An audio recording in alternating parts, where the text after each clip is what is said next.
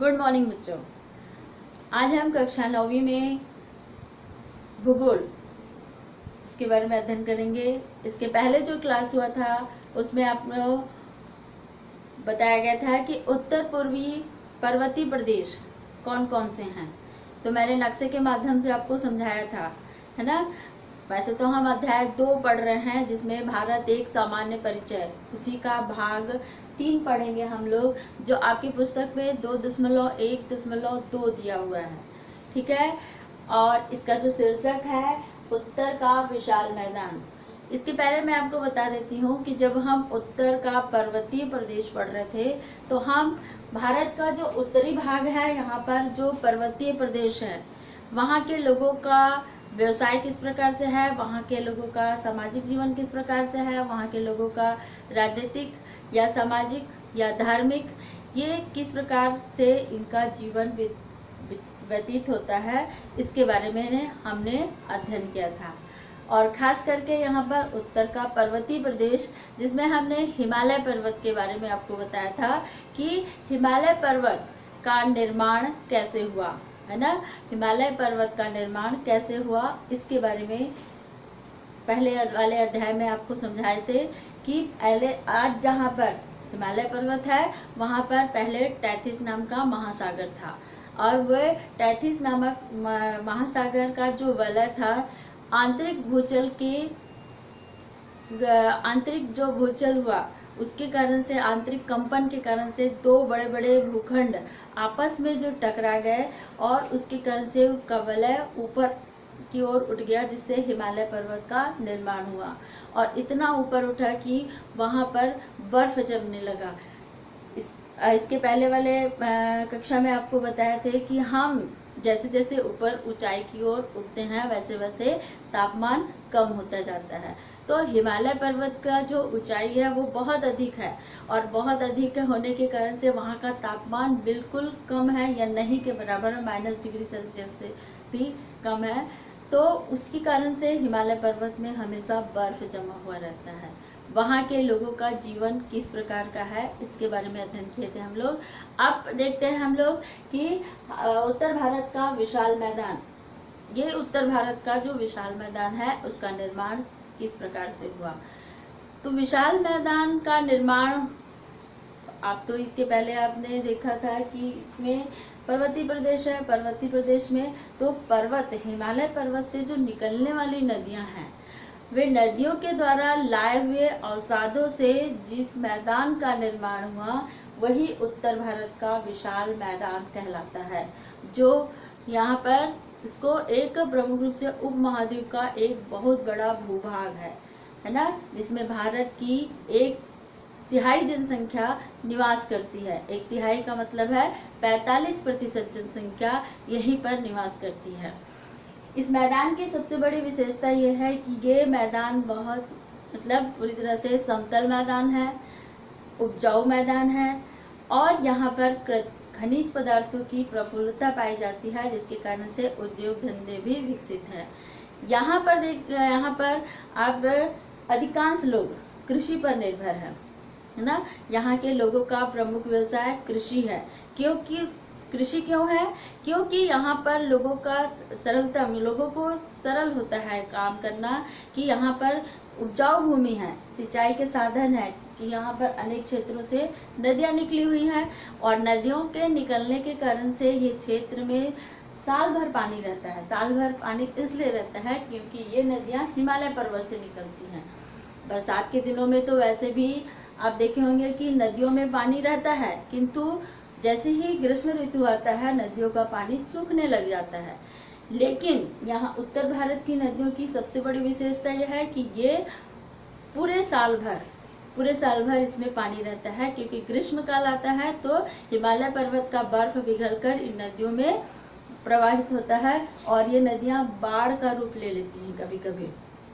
तो अब देखते हैं हम लोग विशाल मैदान की उत्पत्ति का किस प्रकार से हुआ इसके बारे में आपको समझाएं। इसी को देखेंगे 3 भागों में विभाजित किया गया है।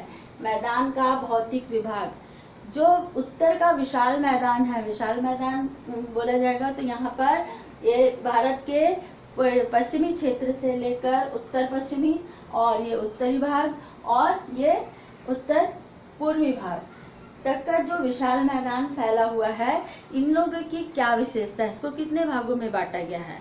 ठीक है, तो पहला वाला देखेंगे सिंधु सतलज का मैदान, दूसरा है गंगा का मैदान, तीसरा है ब्रह्मपुत्र का मैदान। इसलिए इसको सिंधु सतलज का मैदान क्यों कहा जाता है। सिंधु सतलज का मैदान देखेंगे तो सिंधु सतलज का मैदान भारत का पश्चिमी क्षेत्र, जो उत्तर पश्चिमी क्षेत्र है, वो क्षेत्र को कहा जाता है। इसलिए कहा जाता है क्योंकि यहाँ पर सिंधु नदी और सतलज नदी और उनके द्वारा लाई हुई, उनके द्वारा जो सहायक नदियाँ हैं, उनके द्वारा लाया हुआ जो अवसाद है, उन अवसादों के निर्माण से जिस मैदान का निर्माण हुआ है, उसे हम सिंधु सतलज का मैदान कहते हैं। अब देखते हैं यहाँ पर सिंधु सतलज का मैदान कहाँ से कहाँ तक फैला हुआ है। तो इसका जो अधिकांश भाग है पाकिस्तान के पास, पाकिस्तान और इस क्षेत्र में सबसे अधिक भाग पाकिस्तान में है। इसका मैदानी भाग है जो सबसे अधिक भाग पाकिस्तान में पाया गया है, और कुछ भाग ये भारत के पंजाब और हरियाणा क्षेत्र में मिलता है। तो यहाँ पर के लोगों का जीवन भी कृषि का एक प्रमुख साधन है, व्यवसाय का प्रमुख साधन कहलाता है, क्योंकि ये मैदान बहुत अधिक उपजाऊ है। पंजाब और हरियाणा में बरसात बहुत कम होती है, ये तो आपने पहले भी देखा था कि यहाँ पर बरसात बहुत कम होता है, किंतु यहाँ साल भर में फिर भी 2 से 3 फसल किस प्रकार से लिया जाता है, ये आपको बताते हैं कि यहाँ पर जो नदियाँ बहती हैं, तो सतलज नदी में जो बनाया हुआ भाखड़ा नांगल बांध है, उस बांध के द्वारा यहाँ पर नहरों की खुदाई की गई, क्योंकि मैदानी भाग है और मैदानी भाग होने के कारण से यहाँ पर आसानी से नहर खोदा जा सकता है और नदियों का पानी नहरों से खेतों तक आसानी से पहुँचता है, ताकि लोग यहाँ पर आसानी से कृषि कर सके। इनको सिंचाई के साधन भी उपलब्ध होते हैं। ठीक है, तो बच्चों ये जो सिंधु और सतलज का मैदान है, ये देखा जाएगा तो भारत के पंजाब और हरियाणा क्षेत्र में है। आपको पहले भी मालूम होगा कि आज़ादी के बाद यहाँ पर हरित क्रांति आया था। हरित क्रांति सबसे पहले पंजाब और हरियाणा में आया था। पंजाब और हरियाणा में हरित क्रांति आया था। तो अब आप बोलोगे कि हरित क्रांति क्या है। तो हरित क्रांति वह पद्धति है, वह कृषि पद्धति जिसको हम आधुनिक पद्धति कहते हैं, जिसमें उत्तम किस्म के बीज, रासायनिक खाद, कीटनाशक दवाइयों का उपयोग एवं आधुनिक मशीनों के द्वारा कृषि किया जाता है। इसमें कम समय में, कम लागत में अधिक उत्पादन प्राप्त किया जाता है। तो पंजाब और हरियाणा के लोग हरित क्रांति को अपनाकर यहाँ पर कृषि में बहुत अधिक लाभ कमाया और यहाँ के लोगों का आर्थिक जीवन बहुत ही सफल रहा। तो इनके परिवारों में भी बहुत खुशहाली आई। एक दूसरी बात तो देखेंगे अब यहाँ पर गंगा, दूसरा जो पॉइंट है इसमें गंगा का मैदान। गंगा का मैदान क्यों कहा जाता है इसको, क्योंकि भारत में सबसे पवित्र नदी अगर देखते हैं तो गंगा नदी को कहा जाता है ना। हम दक्षिण भारत की जो पवित्र नदी गोदावरी को कहते हैं, लेकिन ये पूरे भारत में सबसे पवित्र नदी कहते हैं गंगा जी को। तो गंगा के द्वारा, गंगा सबसे प्रमुख बड़ी नदी है और इसमें देखेंगे सबसे पवित्र नदी है और ये हिमालय पर्वत से निकलती हैं।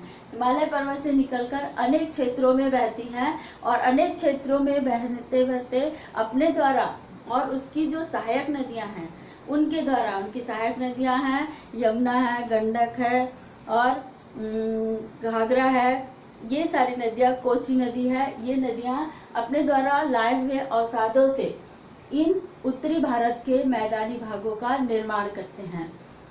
ये हिमालय के तलहटी क्षेत्रों से जुड़ा हुआ है, जिसके कारण से यहाँ पर खनिज पदार्थों की भी बहुत अधिक आयत मात्रा में उत्पादन की जाती है, जिससे उद्योग धंधे जो है वहाँ पर बहुत अधिक विकसित हैं। एक दूसरी बात है, यहाँ पर देखेंगे यहाँ के लोगों का 75% भाग अगर बोला जाएगा तो 75% भाग में लोग कृषि करना ही अधिक पसंद करते हैं, क्योंकि कृषि करने के लिए इनका प्रमुख जो चाहिए, जो साधन चाहिए, वो यहाँ पर उपलब्ध होता है। अब देखते हैं यहाँ पर जो लोगों का जीवन किस प्रकार का है। मैदानी क्षेत्रों में रहने के कारण से इनको आवागमन के साधन आसानी से प्राप्त हो जाते हैं, जिससे इनको व्यापार करने में भी सुविधा प्राप्त होती है। और उद्योग धंधे भी स्थापित करते हैं इन लोग, क्योंकि समतल भाग है। कृषि करने के लिए नहरों की खुदाई करते हैं ताकि इनको सिंचाई का साधन उपलब्ध हो सके। यहाँ पर बहुत सारी नदियाँ हैं, जिसके कारण से यहाँ पर जल विद्युत का भी उत्पादन किया जाता है। और यहाँ की भारत की 45% जनसंख्या लगभग इन्हीं क्षेत्रों में निवास करती है। इसलिए क्योंकि भारत की कुल जनसंख्या का 1/3 भाग उत्तर भारत के क्षेत्रों में निवास करता है। कारण यही है कि वहाँ पर लोगों के जीवन जीने के लिए जिन साधनों की आवश्यकता होती है, वे साधन यहाँ पर उपलब्ध होते हैं, है ना। तो गंगा नदी जहाँ से निकलती है, और वहीं पर कई क्षेत्रों में देखोगे बहते हुए ये जब अपने मुहाने मतलब अनेक नदियों से मिलकर जब ये बंगाल की खाड़ी में गिरने की स्थिति में रहती है, तो वहाँ पर डेल्टाओं का निर्माण करते हैं।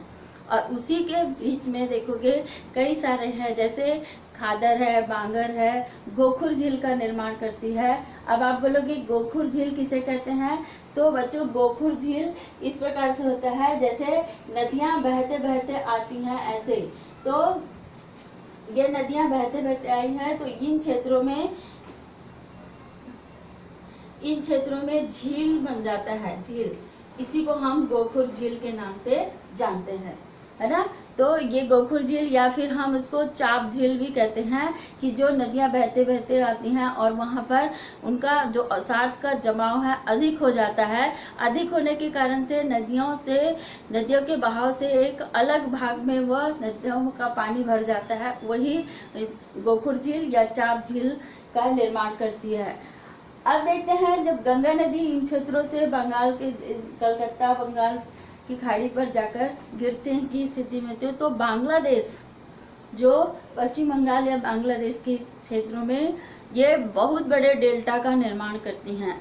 ये डेल्टा, अब आप बोलोगे कि डेल्टा किसे कहते हैं, तो डेल्टा वह भाग होता है, नदी का वह भाग होता है जहाँ पर नदियाँ जब अपनी अंतिम अवस्था में पहुँचती है, तो अपने द्वारा लाए हुए अवसादों को उन क्षेत्रों में जमा कर देती हैं, जिसके कारण से वह क्षेत्र एक त्रिभुजाकार टापू का रूप ले लेता है। और ये जो नदियाँ का जो बहाव होता है वह अनेक भागों में बढ़ जाती है। तो जो त्रिभुजाकार टापू का रूप होता है वही डेल्टा कहलाता है। तो यहाँ पर गंगा नदी में देखेंगे, गंगा नदी ये सुंदरवन डेल्टा का निर्माण करती है। सुंदरवन डेल्टा इसलिए कहते हैं क्योंकि यहाँ पर सुंदरी नामक वृक्ष बहुत अधिक मात्रा में पाए जाते हैं। इसमें देखेंगे ये सुंदरी वृक्ष पाए जाते हैं, और यहाँ पर कपास की खेती बहुत अधिक मात्रा में की जाती है। और ये सुंदरवन डेल्टा लगभग विश्व का सबसे बड़ा डेल्टाई क्षेत्र कहलाता है ना। अब देखते हैं हम ब्रह्मपुत्र का मैदान।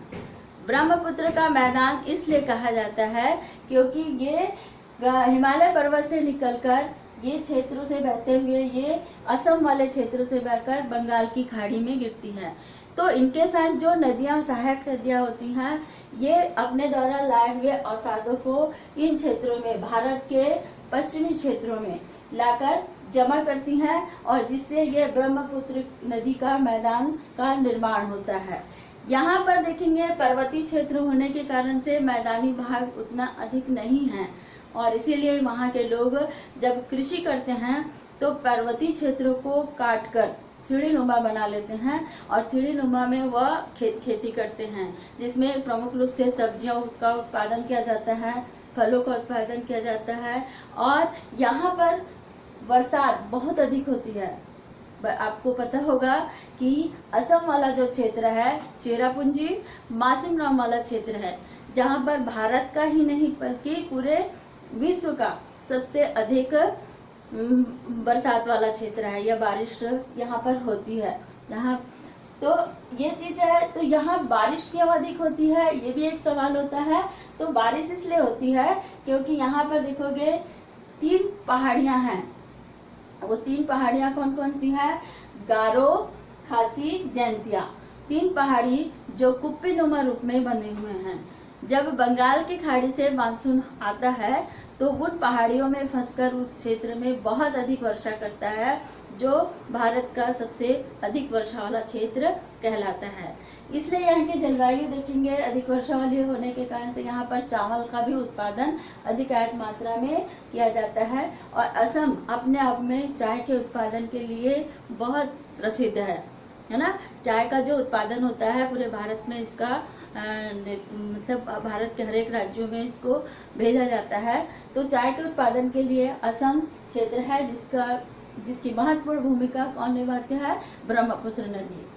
ठीक है, अब देखते हैं यहाँ पर लोगों का। इसी में देखेंगे जो गांव है, उस गांव में एक मीरपुर गांव है, उसके वहाँ पर के लोगों का जीवन किस प्रकार का है। तो ये मीरपुर गांव कहाँ है? उत्तर प्रदेश। उत्तर प्रदेश के क्षेत्रों में मीरपुर गांव है, वहाँ के लोगों का जीवन किस प्रकार का है उसके बारे में वर्णन किया गया है आपकी पुस्तक में। वहाँ के लोगों का प्रमुख व्यवसाय कृषि करना है ना। कृषि करना। इस गांव की 75% जनसंख्या केवल कृषि पर ही निर्भर है। कारण यही है कि यहाँ मैदानी भाग होने के कारण, उपजाऊ भूमि होने के कारण, सिंचाई के साधन उपलब्ध होने के कारण लोग यहाँ पर कृषि करना पसंद करते हैं। यहाँ पर देखेंगे जो ज्वार है, बाजरा है या फिर गेहूं है, जैसे फसलों का उत्पादन किया जाता है, इन फसलों की जो भूसी निकलती है, जो अवशेष पदार्थ निकलता है, वे पदार्थ और यहाँ पर विभिन्न प्रकार के घासों को लगाया जाता है जिससे पशुपालन हो सके। और ये सारी चीज़ों को मिलाकर वहाँ पर लोग पशुओं को खिलाते हैं, जिससे पशुपालन को भी प्रोत्साहन मिला है। इसमें यहाँ पर के अधिकांश लोग डेयरी एक उनका प्रमुख व्यवसाय है। अब आप बोलोगे डेयरी क्या है? डेयरी वो है जिसमें दूध का उत्पादन करके बेचा जाता है, दूध बेचने वाला जो व्यवसाय होता है वो। तो यहाँ पर इसके पहले मैंने आपको हरित क्रांति के बारे में बताया था, जिसमें कृषि करने का आधुनिक तरीका था। उसी प्रकार से श्वेत क्रांति है। श्वेत क्रांति में पशुओं की नस्लों को सुधारने का जो तरीका था वे श्वेत क्रांति में आता है कि अच्छी नस्ल के पशु, उसमें टीकाकरण, समय समय पर बीमारियों की जांच करें, उन्हें टीकाकरण करवाए, साफ सफाई का ख्याल रखें, उन्हें पौष्टिक भोजन दिया जाए। ऐसे करके पशुपालन किया जाता है, जिससे दूध उत्पादन अधिक मात्रा में होता है मीर गांव में। और ये जो डेयरी का उत्पादन है उससे वहाँ की जनसंख्या का आर्थिक लाभ बहुत अधिक होता है। ये चीज़ है ना। आप देखते हैं इसमें यही चीज़ आपको देखोगे जो बताया है। तो एक बार फिर से यहाँ पर बताऊं मैं कि आपका ये जो भारत का पश्चिमी क्षेत्र है, मध्य क्षेत्र है, और ये ये पूर्वी पश्चिमी क्षेत्र है, ये मध्य क्षेत्र है और ये पूर्वी क्षेत्र है। इन क्षेत्रों में ये यहाँ पर जो नदियाँ बहती हैं, है ना, जो भारत से निकलती हैं, भारत की जो नदियां हैं, इसीलिए भारत को नदियों का देश भी कहा जाता है। और इसीलिए यहाँ पर मैदानी क्षेत्रों का निर्माण हुआ है, क्योंकि नदियों के द्वारा लाए हुए अवसादों से ये मैदानों का निर्माण हुआ है, जो लोगों के जीवन के मतलब उनके जीवन शैली को चलाने के लिए एक महत्वपूर्ण साधन है। यहाँ पर देखेंगे हिमालय पर्वत का जो क्षेत्र है, यहाँ पर खनिज का उत्पादन, खास करके यहाँ पर देखोगे चूना पत्थर का उत्पादन होता है। चूना पत्थर का उत्पादन जो कि सीमेंट कारखाने का एक कच्चे माल के रूप में उसका उपयोग करते हैं, और वो सीमेंट कारखाने को सबसे ज़्यादा प्रोत्साहन मिलता है ना। जल विद्युत का उत्पादन किया जाता है। जल विद्युत से भी कई सारे कारखाने लगाए जाते हैं, जिससे लोगों को रोजगार मिलता है आसानी से।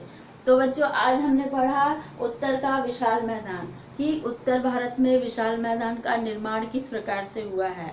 मैदानी भाग होने के कारण से लोगों को बहुत अधिक लाभ मिला है, क्योंकि यहाँ पर आप देखोगे पहाड़ी क्षेत्र में लोगों के आवागमन का साधन नहीं होने के कारण से उनके व्यवसाय में, उनके जीवन में बहुत अधिक कठिनाइयों का सामना करना पड़ता है। किंतु मैदानी भाग होने के कारण से यहाँ लोगों का जीवन सरल हो गया है और वे आसानी से कृषि भी करते हैं और पशुपालन भी करते हैं तथा अन्य व्यवसाय भी करते हैं। जहाँ पहले व्यक्ति एक साल भर में एक फसल लेता था, किंतु अब साल भर में 2 से 3 फसलें लेता है, जिससे उस क्षेत्रों की, वहाँ के लोगों की आर्थिक स्थिति बहुत अधिक संपन्न हो चुकी है ना। तो आप इस पाठ का जो प्रश्न उत्तर है आपको अगले क्लास में मिलेगा, उसे आप अच्छे से कॉपी में, आपको कॉपी के बारे में बता चुकी हूँ मैं, कॉपी में साफ सुथरे ढंग से लिखोगे, सुंदर राइटिंग में, बिना काट छाट के उसको सही लिखोगे। ठीक है, थैंक यू।